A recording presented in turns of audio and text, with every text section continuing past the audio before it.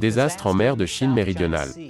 La Chine a fait un grand pas vers la domination militaire.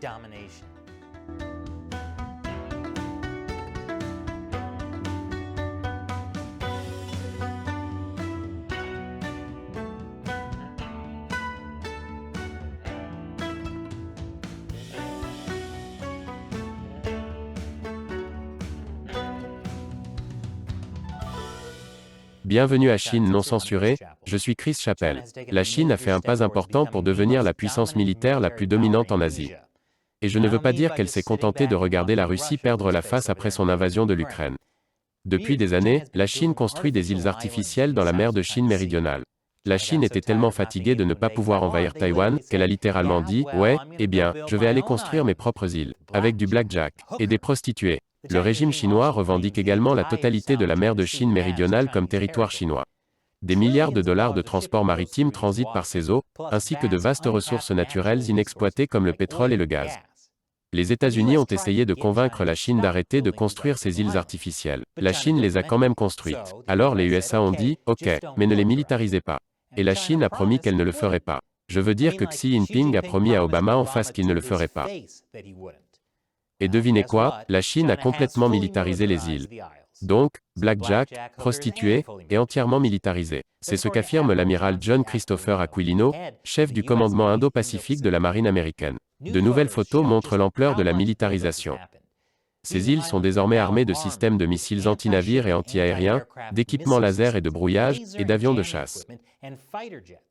Désormais, tout avion militaire ou civil survolant la voie navigable contestée pourrait facilement se trouver à portée du système de missiles des îles chinoises. Pensez-y la prochaine fois que vous vous rendrez en Asie. Même si, après avoir fait face au type assis à côté de vous qui a ronflé pendant tout le vol de 20 heures, vous pourriez bien accueillir un barrage de missiles. Les 3 îles militarisées se trouvent sur le récif Mischief, le récif de Subi, et le récif de Fiery Cross. La Chine possède d'autres îles artificielles, qui sont également militarisées. Aquilino a déclaré à l'Associated Press, « Je pense qu'au cours des 20 dernières années, nous avons assisté au plus grand renforcement militaire depuis la Seconde Guerre mondiale. Ils ont avancé toutes leurs capacités et cette accumulation d'armement est déstabilisante pour la région. Et cela pourrait avoir de graves répercussions pour les États-Unis et vous. » Plus d'informations après la pause. Bienvenue à nouveau. La Chine a entièrement militarisé au moins 3 des nombreuses îles artificielles qu'elle a construites dans la mer de Chine méridionale. Et ce n'est que le début. La Chine a le 2e plus gros budget militaire du monde, et possède une marine qui dépasse la taille de celle des États-Unis.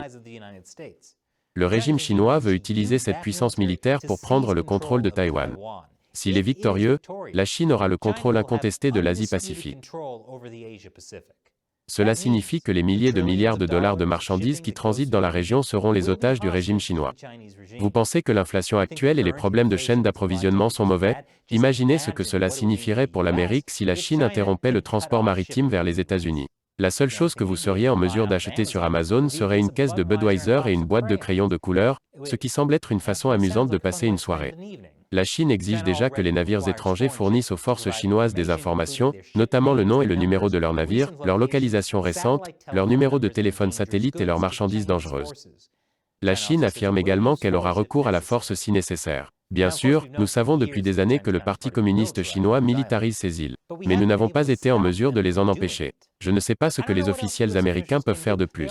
Ils ont déjà essayé de demander gentiment. Peut-être qu'ils devraient essayer de demander vraiment, vraiment gentiment. Les États-Unis n'ont pas non plus été en mesure d'empêcher le harcèlement chinois de Taïwan. La marine américaine mène ce que l'on appelle des opérations de liberté de navigation. En gros, les États-Unis envoient des navires ou des avions de guerre dans les eaux internationales que la Chine prétend leur appartenir. En fait, l'amiral Aquilino a donné son interview à l'Associated Press au milieu d'une de ces opérations. Pendant la patrouille, ils ont été avertis à plusieurs reprises par des interlocuteurs chinois qu'ils étaient entrés illégalement dans ce qu'ils disaient être le territoire de la Chine, et ont ordonné à l'avion de s'éloigner. Ce qu'ils n'ont pas fait. Malheureusement, ces patrouilles pour la liberté de navigation ne sont qu'un pis-aller. Elles empêchent le régime chinois de prendre carrément le contrôle, mais nous avons vu la tendance. À terme, si on ne l'arrête pas, la Chine sera en mesure de contrôler et d'expulser qui elle veut de la mer de Chine méridionale. Que recommande donc l'amiral Aquilino? Il a déclaré que les conflits ne devraient être résolus que de manière pacifique, et a cité comme modèle la démarche réussie du gouvernement philippin, qui a soumis ses différends avec la Chine à un arbitrage international en 2013. Attendez, je me souviens de ça. Le tribunal a rejeté les revendications de Pékin en mer de Chine méridionale. Et la Chine l'a totalement ignoré, et a construit des îles militaires. Désolé amiral Aquilino, je pense que c'est un piège. Je suppose que demander vraiment, vraiment gentiment ne marchera pas après tout. On dirait qu'il va falloir sortir l'artillerie lourde, et dire s'il te plaît, s'il te plaît, s'il te plaît. Et nous ne pourrions pas faire cette émission sans le soutien des téléspectateurs. Alors pour remercier les fans qui contribuent sur notre plateforme de financement participatif sur Patreon, ou notre communauté exclusive de médias sociaux sur Locals, je réponds à une question de leur part à la fin de chaque épisode. La question d'aujourd'hui vient de Bounty Flamor sur Patreon. Bonjour Chris, dans quelle mesure et comment pensez-vous que le confucianisme affecte encore les prises de décision au sein du PCC? C'est une question intéressante. Le Parti communiste chinois a passé des décennies à détruire systématiquement la culture traditionnelle chinoise.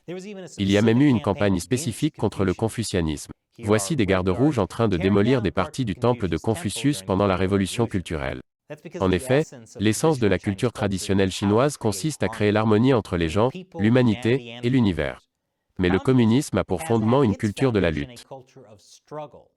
La culture chinoise traditionnelle est incompatible avec la culture chinoise communiste moderne. C'est un peu comme essayer de sortir avec un végétalien alors que vous êtes un boucher. Cependant, le régime chinois comprend que les gens sont fascinés par la culture traditionnelle chinoise. Le parti affirme donc qu'il représente aujourd'hui l'aboutissement de 5000 ans de culture. C'est pourquoi ils ont créé des choses comme l'Institut Confucius, essentiellement un cheval de Troie pour introduire en douce la propagande communiste dans les écoles du monde entier. Ainsi, la seule façon dont le confucianisme affecte réellement le processus décisionnel du parti est de savoir comment l'utiliser pour atteindre ses propres objectifs communistes. Merci pour votre question Bounty Flamor et votre soutien. Et merci d'avoir regardé. Si vous souhaitez nous aider à poursuivre l'émission, contribuez sur patreon.com/shinoncensored. Il suffit $1 par épisode. Encore une fois, je suis Chris Chappell, à la prochaine fois.